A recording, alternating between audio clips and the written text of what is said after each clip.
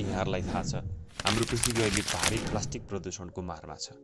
कुल plastic प्रदूषणको भागमध्ये 36% भन्दा बढी प्रदूषण चाहिँ प्लास्टिक र्यापिङ पेपरबाट आउँछ। अनि जति पनि र्यापिङ पेपर, बबल र्याप या प्लास्टिकका झोलाहरू छन् तिनीहरूमध्ये 85% भन्दा बढी चाहिँ पुनः प्रयोग गर्न सकिँदैन, जसले गर्दा यो सिधै फोहोरमा परिणत हुन्छ।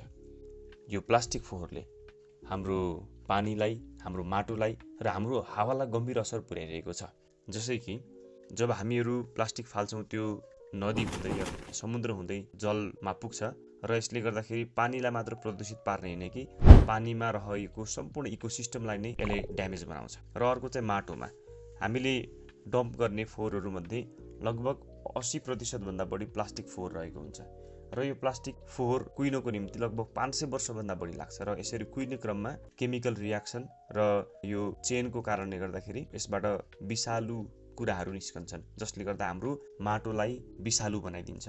र अर्को कुरा चाहिँ यो हामीले फालेको प्लास्टिक चाहिँ सानो सानो पार्टिकलमा परिणत भएर यो माइक्रोप्लास्टिक बन्छ र माइक्रोप्लास्टिकले गर्दाखेरि चाहिँ हामीले थाहै नपाइकन हामीले लगभग 1 हप्तामा एउटा क्रेडिट कार्ड बराबरको हामीले प्लास्टिक खाइरहेका छौँ भनेर नेसनल जियोग्राफिकले एउटा रिपोर्ट निकालेको छ। त्यसैले हामीले धेरै पटक यो कुरा सुनेका छौँ तर पनि अझै परिवर्तन आउन सकेको छैन। तर हामी मोडर्न मिरेकल्सले सोच्यौँ यदि हामीले आफ्नो सानो ठाउँबाट पनि सुरु गर्यौँ भने के होला त।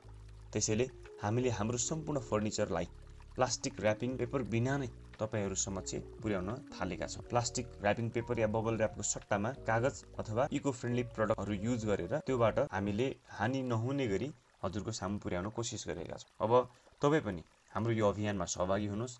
जब तपाईँ हाम्रो प्लास्टिक फ्री फर्निचर रोज्नुहुन्छ त्यो पृथ्वीलाई पठाइने एउटा प्रेम पत्र जस्तै हो।